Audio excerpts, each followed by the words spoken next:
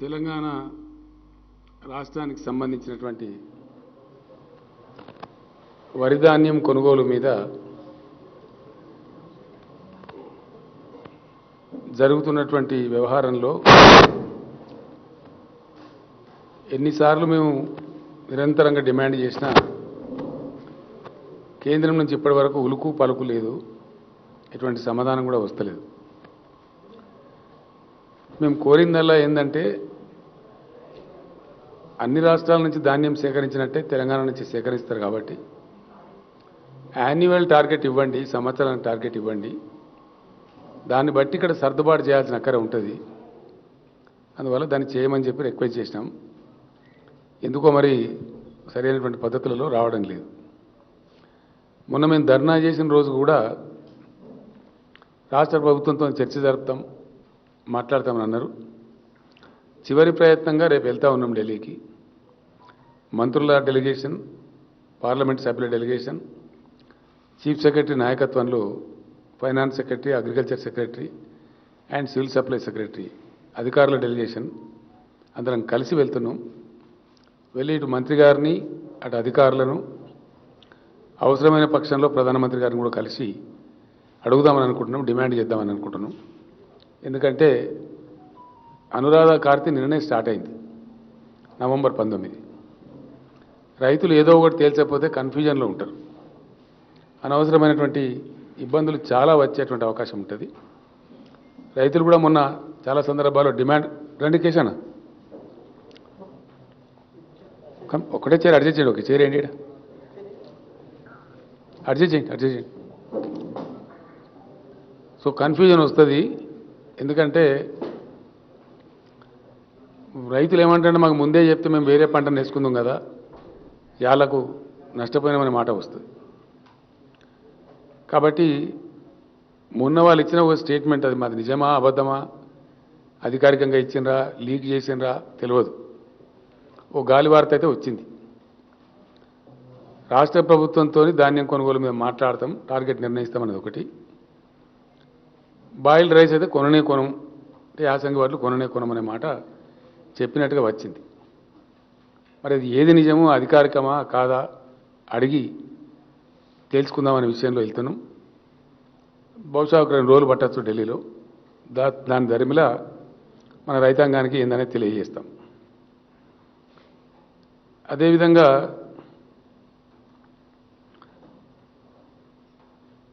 భారత రైతాంగం పక్షాన గత 13 నెలల కాలంగా అనేక ఒత్తిడులు, కేసులు, ప్రకృతి కలిగించిన ఇబ్బందులు తట్టుకొని అద్భుతమైనటువంటి విజయం సాధించినటువంటి రైతాంగ పోరాట వీరులందరికీ కూడా మేము అభినందనలు తెలియజేస్తూ ఉన్నాం. వాళ్ళందరికీ కూడా వాళ్ళు సాధించింది మామూలు విజయం కాదు, చాలా అద్భుతమైనటువంటి విజయం. ఇలా దేశ రైతాంగానికి మొత్తం చాలా పెద్ద సేఫ్టీ వచ్చినట్టుగా ఫీల్ అవుతూ ఉన్నారు, ఒక రిలీఫ్ కూడా ఫీల్ అవుతూ ఉన్నారు. అదే సందర్భంలో ప్రధానమంత్రి గారిని మేము డిమాండ్ చేస్తూ ఉన్నాం. ఈ రైతు ఉద్యమాల దరిమిల వేల కేసులు, ఈవెన్ దేశద్రోహం లాంటి కేసులు కూడా పెట్టడం జరిగింది. బట్టిగా మీరు ఏదో సారీ చెప్పి చేతులు దులుపుకుంటే కాదు, రైతుల మీద పెట్టినటువంటి మొత్తం కేసులు 1 నిమిషం లోపల వెంటనే ఎత్తివేయాలి. రైతుల మీదనే కాదు, దిశ అనే ఒక అమ్మాయి, కర్ణాటక రాష్ట్రం బెంగళూరు చెందిన అమ్మాయి సంఘీభావంగా ఒక ట్వీట్ చేస్తే కూడా ఆ అమ్మాయి మీద కూడా చాలా పెద్ద ఎత్తున దేశద్రోహం కేసు కూడా పెట్టినారు, ఇబ్బందులు కూడా కలిగించినారు. అట్లా ఇంకా అనేక మంది మీద పెట్టినారు. కాబట్టి ఇట్లాంటి కేసులన్నీ తక్షణమే ఎత్తివేయాలి. ఒక పాలసీ డెసిషన్ తీసుకున్న తర్వాత మళ్ళీ ఇంకా రైతులను వేధించడం కానీ ఆ కేసులు కొనసాగించడంలో కానీ అర్థం ఉండదు. కాబట్టి వెంటనే we demand the Honorable Prime Minister and Government of India to please withdraw all the cases which were filed against the farmers during the agitation. అది ధర్మంగా ఉంటుంది, న్యాయంగా ఉంటుంది. రెండవది కూడా మేము డిమాండ్ చేస్తూ ఉన్నాం. మొట్టమొదట సంఘీభావంగా ఇంత గొప్ప అద్భుతమైనటువంటి విజయాన్ని సాధించినటువంటి సందర్భంలో ఒక దుఃఖకరమైనటువంటి అంశం ఏంటంటే చాలా దుర్మార్గంగా కేంద్రం వ్యవహరించడం, దాదాపుగా 700 నుంచి 750 మంది రైతులు ఆత్మార్పణం చేసినారు, చనిపోయినారు ఈ పోరాటంలో భాగంగా. కొందరు గుండె జబ్బులు వచ్చి, కొందరు ఇంకోటి వచ్చి ఆ పోరాటంలో పాల్గొంటూ చనిపోయిన వాళ్ళు ఉన్నారు. కొందరు ఎక్కువ ఆవేశపడి చనిపోయిన వాళ్ళు ఉన్నారు. కొందరు ఒత్తిడికి లోనై చనిపోయిన వాళ్ళు ఉన్నారు. వాళ్ళందరికీ కూడా సంఘీభావాన్ని ప్రకటిస్తూ వాళ్ళ కుటుంబాలు కూడా బదారున పడదీయాల. భారత ప్రభుత్వం ప్రధానమంత్రి గారు స్వయంగా సారీ చెప్పి విడ్రా ఇవ్వమని చెప్పారు కాబట్టి ఆ కుటుంబాలను కాపాడే బాధ్యత కూడా భారత ప్రభుత్వం తీసుకోవాలి. అదేవిధంగా తెలంగాణ ప్రభుత్వం మా తరఫున తప్పకుండా ఆ కుటుంబాలను ఆదుకోవాలి అని చెప్పి వాళ్ళ వివరాలు ఏమని చెప్పి ఆ రైతు సంఘటన నాయకులను అడుగుతా ఉన్నాం. తెలంగాణ రాష్ట్ర ప్రభుత్వం నుంచి చనిపోయినటువంటి ఆ రైతు ఆందోళనలో చనిపోయినటువంటి ప్రతి కుటుంబానికి ఒక 3 లక్షల రూపాయల సహాయం ఎక్స్గ్రేషియా కింద మేము అందిస్తూ ఉన్నాం. ఒక 22.5 కోట్లు దానికి ఖర్చు అవుతుంది.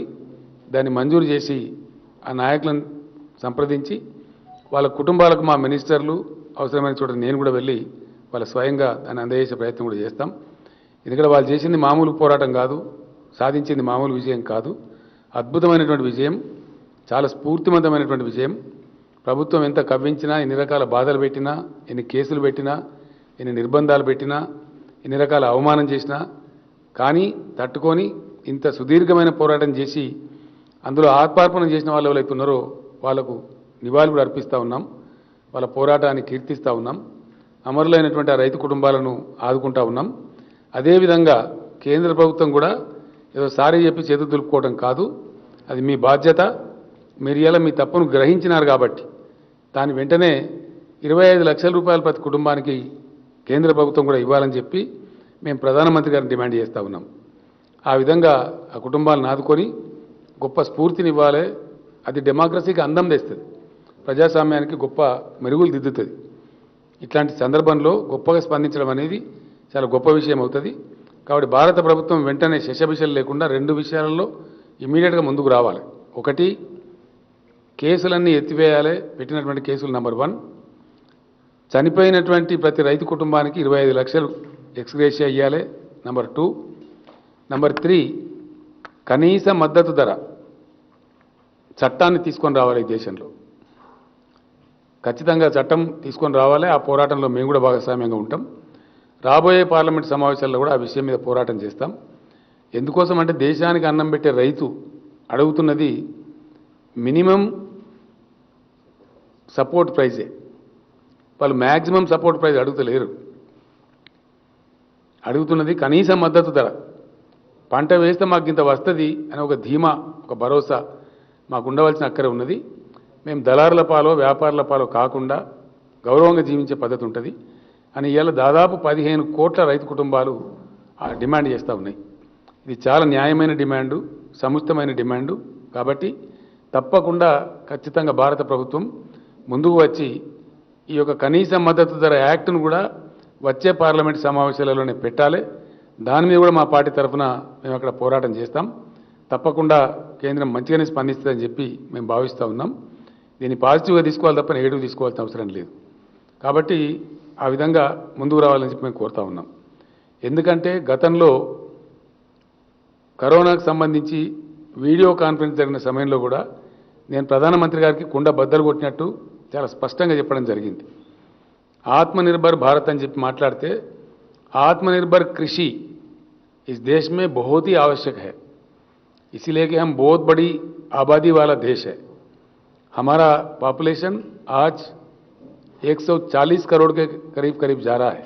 138 करोड़ तो अभी कहा जा रहा है, मेरे ख्याल से कुछ ही दिनों में 140 करोड़ भी जा सकता है. अगर हमारे पास कोई बाधा पड़ा कृषि में, हमारे कृषि में कुछ बाधा पड़ा, तो हमको खाना खिलाने का क्षमता इस पूरी दुनिया में किसी देश के पास नहीं है. पूरी दुनिया में कोई देश का स्थिति ऐसा नहीं है जो हमको खाना खिला सके. तो इसीलिए सबसे पहले देश में खाने पीने का व्यवस्था ठीक से हो, इसलिए कृषि क्षेत्र को आत्मनिर्भर बनाना बहुत ही जरूरी है. इसीलिए मैं प्रधानमंत्री से आग्रह करता हूं बहुत विनम्रपूर्वक कि कृषि क्षेत्र को, भारत के कृषि क्षेत्र को, भारत के किसान को सबसे पहले टॉप प्रायोरिटी में आत्मनिर्भर बनाया जाए. ये बहुत ही अहम मसला है, इसको कोई दूसरे तरीके से नहीं लेना चाहिए. इसको सक्षम तरीके से, एक पॉजिटिव तरीके से, लोकतंत्र में हर किसी का डिमांड होता है, ये अच्छा डिमांड है और सारे देश के हित में है, हमारे किसान के हित में है। अगर प्रधानमंत्री जी किसान के हित चाहते हैं तो किसान को और कृषि क्षेत्र को दोनों को आत्मनिर्भर बनाना चाहिए, इसीलिए हम ये डिमांड कर रहे हैं। तो తర్వాత అదేవిధంగా ఈ మినిమం సపోర్ట్ ప్రైస్ తేవడం ద్వారా, అదేవిధంగా కేసులు ఎత్తివేయడం ద్వారా, కృషి క్షేత్రను ఆత్మనిర్భరం చేయడం ద్వారా, రైతు లోకంలో ఒక ఆత్మవిశ్వాసం కలిగించడం ద్వారా చాలా మంచి పని చేసిన వాళ్ళం అవుతాం. ఇప్పటికైనా మీకు జ్ఞానోదయం అయింది, మీరు అవలంబించిన విధానాలు కరెక్ట్ కాదని చెప్పి మీరు తెలుసుకున్నారు, మీకు సారీ కూడా చెప్పినారు. కాబట్టి ముందుకు వచ్చి ఈ పని చేయాలని చెప్పి నేను కోరుతా ఉన్నాను. అదేవిధంగా తెలంగాణ ఇంకో రెండు విషయాలు కూడా ఉన్నాయి. విద్యుత్ చట్టాన్ని కూడా పార్లమెంట్లో తెచ్చిపెట్టినారు. వ్యవసాయ రంగానికి విద్యుత్తును మేము ఫ్రీగా ఇస్తా ఉన్నాం ఇక్కడ ఈ రాష్ట్రంలో. సమైక్య రాష్ట్రంలో తెలంగాణ రైతులోకం చాలా నలిగిపోయింది కాబట్టి, నష్టపోయింది కాబట్టి, కష్టపడ్డది కాబట్టి వాళ్ళను ఆర్థికంగా స్థితిమంతులను చేయడం కోసం, తెలంగాణ రైతాంగాన్ని ఆత్మవిశ్వాసంతో బతికేటట్టు తయారు చేయడం కోసం మేము అనేక చర్యలు చేపట్టినాం. ఆ చర్యలలో భాగంగా నాణ్యమైనటువంటి ఉచిత విద్యుత్తు కూడా 24 గంటలు సరఫరా చేస్తూ ఉన్నాం. కానీ మీరేమో నూతన వ్యవసాయ చట్టం తెచ్చి, ఖచ్చితంగా కరెంటు చట్టం తెచ్చి, వ్యవసాయ చట్టాలే కాకుండా నూతన కరెంటు చట్టం తెచ్చి దాని మీద రాష్ట్రాల మీద ఒత్తిడి తెస్తూ ఉన్నారు. మీటర్లు పెట్టండి, ప్రతి బోర్ దగ్గర మీటర్ పెట్టండి, ప్రతి దగ్గర మీటర్ పెట్టండి అని మీరు చెప్తా ఉన్నారు. మాకు కెపాసిటీ ఉంది, మా రైతులకు మేము ఉచితంగా సరఫరా చేసుకుంటామని మేము చెప్తా ఉన్నాం. ఏ రాష్ట్రాలు అయితే ఇట్లా ఇస్తాయో వాళ్ళని మీరు అనవసరంగా ఒత్తిడి గురి చేయవద్దని మేము డిమాండ్ చేస్తూ ఉన్నాం. మీరు తెచ్చినటువంటి విద్యుత్ చట్టం మీద ఇలా విద్యుత్ కార్మికులు ఆందోళనతో ఉన్నారు, ప్రజలు ఆందోళనతో ఉన్నారు, మరీ ముఖ్యంగా వ్యవసాయ క్షేత్రం చాలా ఆందోళనతో ఉంది. మేము మీటర్లు పెట్టడానికి సిద్ధంగా లేము, మీరేమో పెట్టాలని ఒత్తిడి తెస్తూ ఉన్నారు. రాష్ట్ర ప్రభుత్వాలు మీ చట్టం అమలు చేయమంటే మా మీద భయంకరమైన ఒత్తిడి తెస్తూ ఉన్నారు. మాకు వచ్చే నిధులు నిలిపేస్తామని ఇంకో రకమైనటువంటి పద్ధతి కూడా అవలంబిస్తూ ఉన్నారు. ఇది కరెక్ట్ పద్ధతి కాదు, ఇది నియంత్రణతో వైఖరి అవుతుంది. ఇది ప్రజాస్వామ్య దేశం, రాష్ట్ర ప్రభుత్వాలు కూడా కొన్ని హక్కులు బాధ్యతలని, కాబట్టి రాష్ట్రాల మీద మీరు రుద్దద్దు. మీరు ఎట్టి పరిస్థితులలో మీ పాలసీ మంచిదని, ఒకవేళ మీ పార్టీ ప్రభుత్వాలను అక్కడ మీరు ఇంప్లిమెంట్ చేసుకుంటామంటే మీరు చేసుకోండి, కానీ అందరి మీద రుద్దే విధంగా ఒక కఠినతరమైన చట్టం తెచ్చి మెడ మీద కత్తి పెట్టే ప్రయత్నం మాత్రం చేయవద్దని, ఆ విద్యుత్ చట్టాన్ని కూడా వెంటనే వాపసు తీసుకోవాలని చెప్పి మేము ప్రధానమంత్రి గారిని, కేంద్ర ప్రభుత్వాన్ని డిమాండ్ చేస్తూ ఉన్నాం. ఆ విద్యుత్ చట్టం ఇంకా పాస్ అయ్యే దశలో ఉంది, పాస్ కాలేదు. అది పాస్ అయితే కూడా చాలా తీవ్రతరమైన ఆందోళన దేశవ్యాప్తంగా చెలరేగుతుంది. మళ్ళా ఒకసారి రైతులంతా కూడా బజార్లో పడతారు, ఇది గ్యారంటీగా జరుగుతుంది. ఎందుకంటే చాలా రాష్ట్రాలు, మన పొరుగు రాష్ట్రం తమిళనాడులో కావచ్చు, ఏపీలో కావచ్చు, తెలంగాణలో కావచ్చు, ఇంకా అనేక రాష్ట్రాలలో కొన్ని గంటల పాటు లేదా మాలా 24 గంటల పాటు ఉచిత విద్యుత్ ఇస్తూ ఉన్నారు రైతాంగానికి. అది ఒక గొప్ప భరోసాగా ఉంది రైతులకు. ఆ రైతుల నోట్లో మట్టి కొడతాం, మీరు మీటర్లు పెట్టాల్సిందే అనే జబర్దస్త్ పద్ధతిలో ఈ విద్యుత్ చట్టం ఉంది. కాబట్టి ఆ విద్యుత్ చట్టాన్ని కూడా దయచేసి వెంటనే విత్డ్రా చేసుకోండి. అది ఎంత మాత్రం కూడా సమంజసం కాదు. బాయిల కాడ మీటర్లు పెట్టండి, బోర్లకు మీటర్లు పెట్టండి అనే చాలా దుర్మార్గమైన చర్య, అది కూడా వ్యవసాయ వ్యతిరేక చర్య. కాబట్టి దాన్ని కూడా ఈ చట్టాలతో పాటు పార్లమెంట్ నుంచి అది పాస్ చేయకుండా వాపసు తీసుకోవాలి. మేము టీఆర్ఎస్గా డెఫినెట్గా ఆ చట్టాన్ని తీవ్రంగా వ్యతిరేకిస్తాం. లోక్సభలో, రాజ్యసభలో మాకున్న శక్తి మేరకు తప్పకుండా దాని మీద కూడా ఫైట్ చేస్తామని చెప్పి నేను తెలియజేస్తా ఉన్నా. అదేవిధంగా ఈ సెక్షన్ 3 కింద కొత్త రాష్ట్రం ఏర్పడ్డప్పుడు ఈ దేశంలో దానికి అన్ని రావాలి వాటాలు. ఒక హైకోర్టు ఏర్పాటు చేయడానికే మీరు చాలా తాత్సారం చేసినారు, చాలా రకాలుగా ఇబ్బంది పెట్టినారు. 5 సంవత్సరాలు కానీ చేయలేదు. అదేవిధంగా 7 సంవత్సరాలు అయిపోయి 8వ సంవత్సరం జరుగుతున్న సందర్భంలో కూడా ఈరోజు కూడా నీటి వాటర్ పంపకాలు, నీటి వాటాలు తేల్చండి. కృష్ణా నదిలో మా జలాలు ఏమిటి, గోదావరి నదిలో మా వాటా ఏమిటి, అది తెలంగాణ ప్రజల యొక్క హక్కు, ధర్మమైన హక్కు, న్యాయమైన హక్కు. మాకు సాగునీళ్ళ కోసమైనా, తాగునీళ్ళ కోసమైనా, పరిశ్రమల కోసమైనా ఒక రాష్ట్రంగా మేము మనుగడ సాగించాలి. కాబట్టి ఖచ్చితంగా మా వాటా ఏందో తేల్చాలి. మరి గొప్ప కేంద్ర ప్రభుత్వం ఉంటే 7 సంవత్సరాలు పట్టకూడదు. 7 సంవత్సరాల సమయం గడిచిపోతే రాష్ట్ర ప్రభుత్వానికి ఎన్ని ఇబ్బందులు ఉంటాయి, ఎన్ని అవస్థలు ఉంటాయి. కొత్తగా ఏర్పడ్డ రాష్ట్రం ఎంత ఆరాటం ఉంటుంది, కొత్త ప్రాజెక్టులు కట్టుకోవాలి, నీళ్ళు ఇచ్చుకోవాలి, కరువును తరిమేయాలి అనే గొప్ప ప్లానింగ్ ఉంటుంది. ఆ ప్లానింగ్కు మీరు చేస్తున్నటువంటి ఆలస్యం, మీరు చేస్తున్నటువంటి తాత్సారం ప్రతిబంధకంగా మారుతూ ఉంది, మాకు ఇబ్బందికరంగా మారుతూ ఉంది. కాబట్టి నేను ఈ ట్రిప్లో ఢిల్లీ వెళ్ళినప్పుడు కేంద్ర జలశక్తి మంత్రి గారిని లాస్ట్ టైం కూడా కలిసినాను, 2-3 టైమ్స్ కలిసినాను, మళ్ళీ ఇప్పుడు కూడా కలుస్తాను, డిమాండ్ చేస్తాను ఖచ్చితంగా. అవసరమైతే పీఎం కలిసి కూడా డిమాండ్ చేసి మా వాటా తేల్చండి. మా డిమాండ్లలో ఒకటే, సెక్షన్ 3 కింద గోదావరి కృష్ణా జలాల పంపిణీని వెంటనే ట్రిబ్యునల్ ఏర్పాటు చేసి ఆ ట్రిబ్యునల్కు పంపించండి. మీరు చెప్పిన ప్రకారం మేము ఇలా సుప్రీంకోర్టులో కేసు కూడా విత్డ్రా చేసుకున్నాం, కాబట్టి పంపియండి. పంపిస్తే ఆ పంపించి ఊరుకోవడం కాకుండా టైం బౌండ్ డెసిషన్ ఇచ్చే విధంగా ఆ ట్రిబ్యునల్ కూడా ఆదేశించండి. ఒక 3 నెలల 4 నెలల టైంలో 2 రాష్ట్రాల మధ్యనే కాబట్టి, ఏపీ తెలంగాణ మధ్యనే కాబట్టి ఆ వాటాలు కూడా తేల్చే విధంగా టైం స్టిప్యులేటెడ్గా, టైం బౌండ్గా 2 రాష్ట్రాల మధ్య వాటాలు తేల్చే విధంగా పంపించమని కూడా మేము కేంద్రాన్ని డిమాండ్ చేస్తూ ఉన్నాం. ఒకవేళ పంపించకపోతే డెఫినెట్గా పెద్ద ఎత్తున ఇక్కడ ప్రజా ఆందోళన లేవదీస్తాం, ఉద్యమాలు లేవదీస్తాం, అడుగడుగును నిలదీస్తాం. పార్లమెంట్లో కూడా మా శక్తి మేరకు డెఫినెట్గా ఇతర రాష్ట్రాల వాళ్ళని కూడా కలుపుకొని పెద్ద ఎత్తున పోరాటం కూడా చేపడతామని చెప్పి తెలియజేస్తాం. ఎందుకంటే మా ఓపిక కూడా ఒక హద్దు ఉంటుంది. 7 సంవత్సరాలు దాటిపోయినాయి, మీరు అనేకమైనటువంటి ఇబ్బందులు కలిగిస్తూ ఉన్నారు, మా ప్రాజెక్టులు క్లియరెన్స్ చేయడం లేదు, వాటాలు తెగిపోతే ఇవాళ వాటా వాళ్ళకి తెలిపోతే ఈ కిరికిరంతా పోతుంది, ఈ పంచాయతీలు పోతాయి. మేము అడిగేదేమో అసంబద్ధమైంది కాదు, అన్యాయమైంది కాదు, లేదా గొంతెమ్మ కోరిక కాదు. మేము అడుగుతున్న న్యాయమైన కొట్లాట. టైం గడిచిన తర్వాత అడుగుతూ ఉన్నాం. ఇంత సమయం గడిచిపోయిన తర్వాత ఎవరి ఓపికకైనా కానీ, ఎవరి సహనానికైనా కానీ ఒక హద్దు అనేది ఉంటుంది. ఆ సహనాన్ని పరీక్షిస్తే మాత్రం మంచిది కాదు. తెలంగాణ ఉద్యమాల గడ్డ ఇది. కాబట్టి నీటి వాటాల పంపకం కూడా వెంటనే తేల్చాల కేంద్రం. ఇది కేంద్రం యొక్క ధర్మమైన న్యాయబద్ధమైనటువంటి బాధ్యత. ఆ బాధ్యత నెరవేర్చడంలో మీరు విఫలం చెందినారు. ఆ మధ్య మీ కేసు ఉంది సుప్రీంకోర్టులో అని చెప్పి విత్డ్రా చేసుకోమంటే విత్డ్రా కూడా చేసుకున్నాం. చాలా సమయం గడిచిపోతూ ఉంది, ఇంకా మేము వేచి ఉండలేము. కాబట్టి దయచేసి ఇది కూడా వెంటనే తేల్చాలా, లేదా పెద్ద ఎత్తున పోరాటానికి ఆందోళనలు కూడా మేము రూపకల్పన చేయాల్సి వస్తుంది. మీరు దిగిరాక తప్పదు. కాబట్టి మంచి మాటతోనే మీరు దాన్ని డిమాండ్ చేయాలని చెప్పి మేము కోరుతా ఉన్నాం. వడ్ల విషయంలో ఇప్పుడు తేల్చుకొని వస్తాం, మీరు తేల్చడం లేదు, అది కూడా తేల్చుదాం.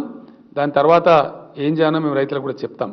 అదేవిధంగా రాష్ట్ర శాసనసభలో ప్రజలకు సంబంధించి, ప్రజల ఆకాంక్షలకు సంబంధించి, ప్రజల కోరికలకు సంబంధించి చాలా తీర్మానాలు చేసి మేము పంపినాం. ఆంధ్రప్రదేశ్ రాష్ట్రంలో ఉన్నప్పుడు మా గిరిజనుల జనాభా పలచబడి ఉండేది, గిరిజనుల శాతం 6% చూపెట్టబడేది. తెలంగాణ ఏర్పడ్డ తర్వాత ఆ శాతం పెరిగింది. ఆ ధర్మిలో మేము రిజర్వేషన్ పెంచుకుంటామని చెప్పి, మాకు పర్మిషన్ ఇవ్వమని చెప్పి, మీరు తమిళనాడుకి ఎట్లయితే ఇచ్చిండ్రో అట్లా మాకు కూడా ఇవ్వమని చెప్పి, కేసు ఏమైతే అయితే సుప్రీంకోర్టులో ఉండేది పెండింగ్ ఉన్నా పర్వాలేదు, అందరితో పాటు మా కథ తేలుతుంది దేశంతో పాటు, కానీ మాకు ఇవ్వండి, మా గిరిజనులకు మేము మేలు చేసుకుంటామంటే దాన్ని అక్కడ కాలరాసి పెట్టినారు. 2017 నుంచి ఇప్పటి వరకు ఒక 50 సార్లు లెటర్లు రాసినాం, రిమైండ్ చేసినాం, చెప్పినాం, కానీ చేయడం లేదు. కేంద్రం దాని మీద కూడా తేల్చాలి, లేదా పెద్ద ఎత్తున గిరిజన పోరాటాలు కూడా రాష్ట్రంలో మేము ప్రారంభం చేస్తాం. చాలా పెద్ద ఎత్తున హక్కుల సాధన కోసం ముందుకు వెళ్తామని కూడా మనవి చేస్తూ ఉన్నాం. అదేవిధంగా ఎస్సీ వర్గీకరణ మీద ఇక్కడ చాలా పెద్ద ఎత్తున ఉత్తర ఉద్యమాలు జరిగినాయి, చాలా మంది ప్రాణాలు కూడా కోల్పోయినారు. దశాబ్దాల తరబడి ఆ ఉద్యమం జరుగుతూ ఉంది. ఆ విషయంలో కూడా తెలంగాణ శాసనసభ ఏకగ్రీవ తీర్మానం చేసి పంపించింది.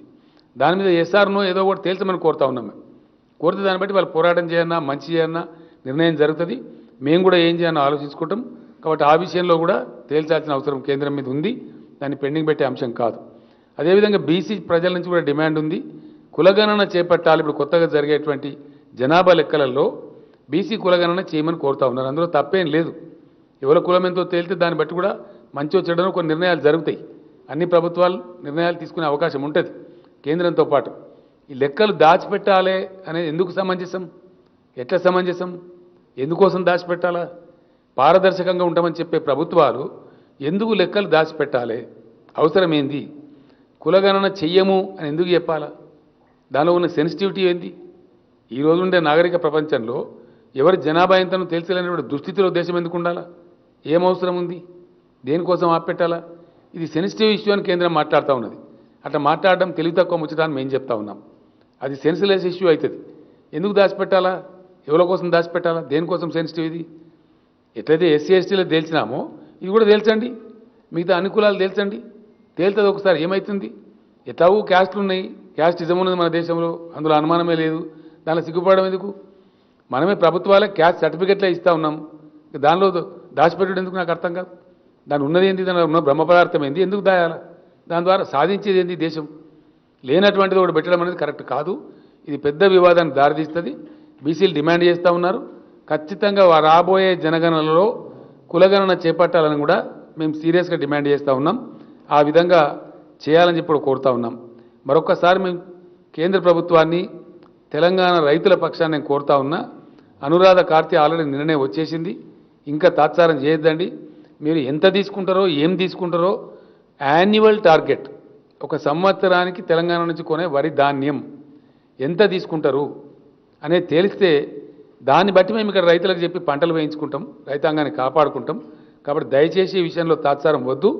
రేపు ఫైనల్గా చీఫ్ సెక్రటరీ నాయకత్వంలో అధికారుల బృందం, మంత్రుల నాయకత్వంలో వ్యవసాయ శాఖ మంత్రి నిరంజన్ రెడ్డి గారు, పౌర సరఫరాల శాఖ మంత్రి గంగుల కమలాకర్ గారు, ఇంకా కొందరు మినిస్టర్లు కూడా కలిసి మంత్రుల డెలిగేషన్, అదేవిధంగా అధికారుల డెలిగేషన్ అడుగుతాం.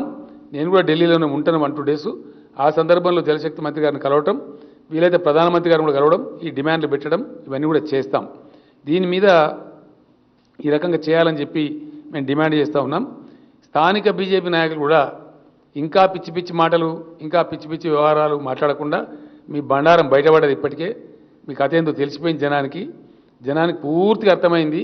అసలు జరుగుతున్నది ఏంది, మీరు చేస్తున్న అసత్య ప్రచారాలు ఏంది, మీరు చేసినటువంటి తప్పుకు మాది పొరపాటు అయింది, క్షమించమని చెప్పి ప్రజల ముందు మీరు చెంపలేసుకొని ప్రజలకు క్షమాపణ చెప్పాలి, తెలంగాణ రైతులకు కూడా క్షమాపణ చెప్పాలి.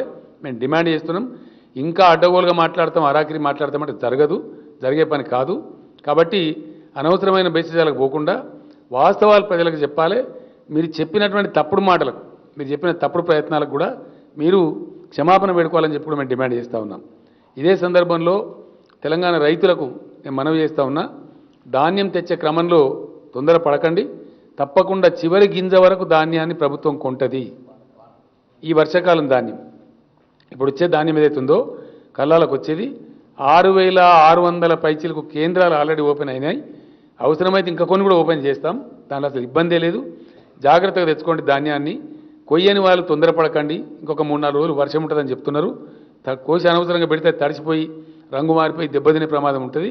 కోతలు కాని వాళ్ళు కొయ్యబోకండి, 2 రోజులు కొయ్యండి. కోతలు అయిన వాళ్ళేమో జాగ్రత్తగా తీసుకొని రండి. ఆ విధంగా ఇబ్బంది పడే అవసరం లేదు. కొద్దిమంది రాజకీయ బేహారులు, వాళ్ళకి ఎక్కడేం పని లేదు, తల లేదు, తోక లేదు, బాధ్యత లేని వాళ్ళు వచ్చి అడగోలుగా పిచ్చి పిచ్చిగా మాట్లాడుతూ ఉన్నారు. వాళ్ళని అక్కడ రైతులను నిలదీస్తూ ఉన్నారు. కాబట్టి మీరు ఈ చిల్లరగాలు చేసేటువంటి వాటికి గురి కాకుండా నిదానంగా జాగ్రత్తగా మీ ధాన్యాన్ని తెచ్చుకోండి. చివరి గింజ వరకు కూడా ఈ వానాకాలం పంటను రాష్ట్ర ప్రభుత్వం కొనుగోలు చేస్తుంది. తప్పకుండా మీ డబ్బులు కూడా చెల్లిస్తుంది. గతంలో చెల్లించిన మాదిరిగా, నేను గతంలో చెప్పిన మాదిరిగా రైతు బంధు కూడా యాసంగి కోసం డబ్బులు సిద్ధం చేస్తూ ఉన్నాం. టంచనగా రైతు బంధు కూడా మీకు ఇవ్వడం జరుగుతుంది. బ్రహ్మాండంగా సంతోషంగా యాసంగి పంటలు పండియండి.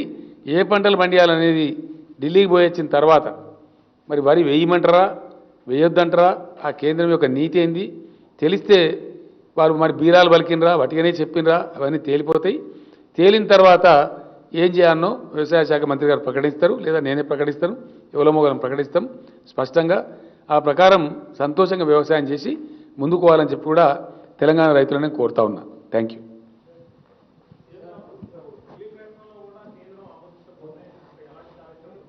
ఏదండి,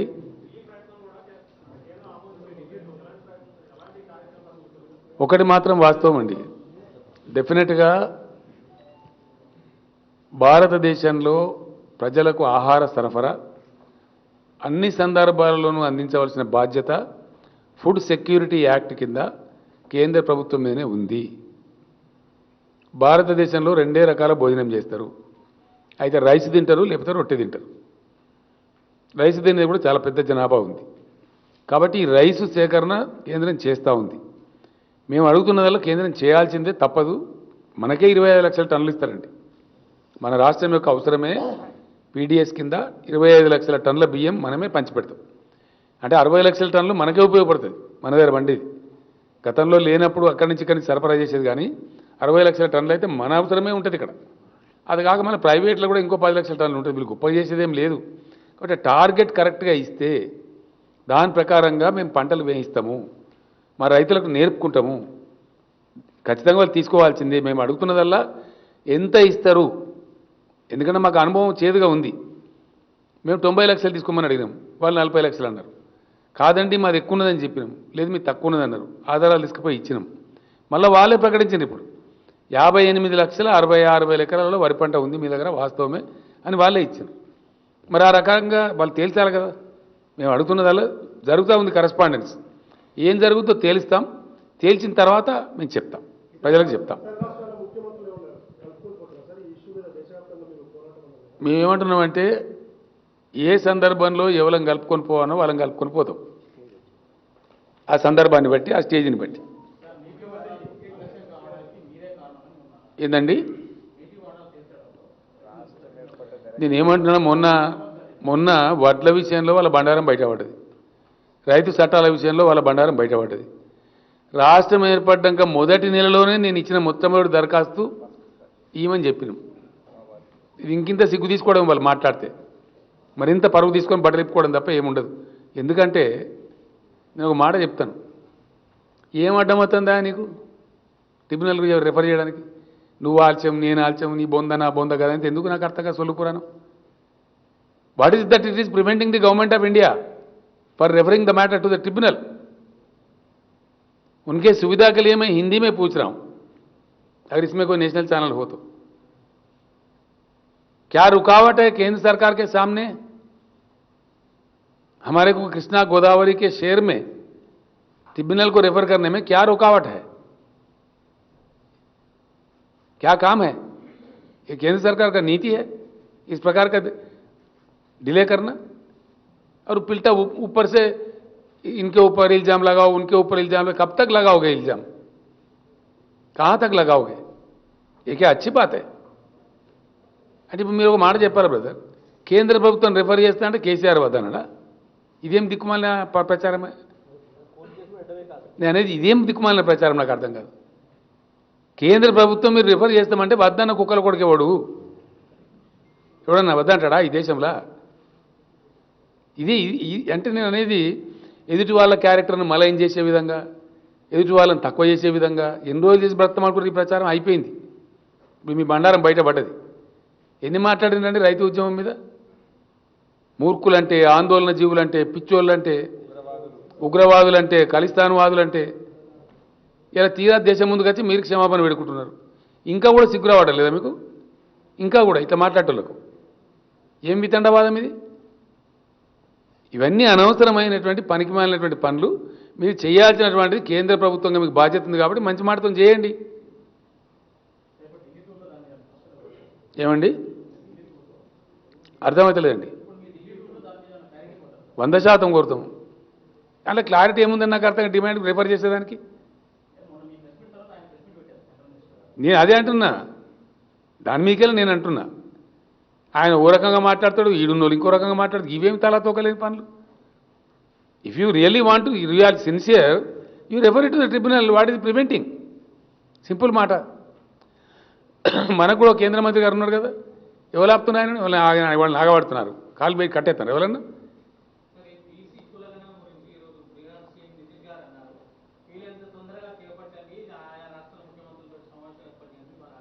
మంచి డిమాండ్, సమంజసమైన డిమాండ్ చేపట్టాలని మేము డిమాండ్ చేస్తాం.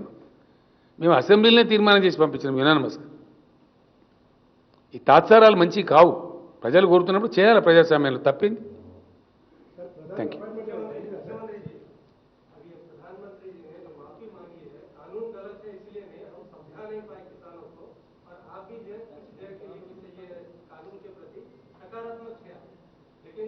हम सकारात्मक नहीं थे, हम नहीं थे भाई, हम सकारात्मक कब थे? कौन बोला आपको? हमने अपोज किया लोकसभा में, राज्यसभा में. आप गलत है, हम गलत नहीं है. बिल्कुल आप गलत बोल रहे हैं. हम रिकॉर्ड में हैं, we are on record in Lok Sabha and Rajya Sabha. We have oppose the bill tooth and nail. हमारे दोनों लीडर यहाँ बैठे हुए हैं. या आप ऐसा कैसा बोल सकते हैं? नहीं नहीं, मैंने बिल्कुल बोला तेलंगाना किसान क्या पंजाब में बेच सकता? तेलंगाना किसान क्या दिल्ली जाके बेच सकता? बाजू गांव नहीं जा सकता? क्या सूर्यापेट वाला भुवनगिर जाके बेच सकता? ये गलत बात है, बिल्कुल गलत. 100% गलती था। हमने जब मिला प्रधानमंत्री जी से उनको बताया। हाँ सर, जो भी है वापस गया ना भाई, उसके ऊपर आप क्यों अननेसेसरली ये उठा रहे? समझ में नहीं आया। प्रधानमंत्री खुद माफी मांग के वापस लिया तो इसके बाद में चर्चा ही क्या है? जो भी कहा भाई, वापस तो लिया ना। उनके तरफ से कानून गलत नहीं है बोले, हम बोले कानून गलत है। जिस किसी भी तरीके से कानून को वापस लिया गया, खुश रहो और क्या।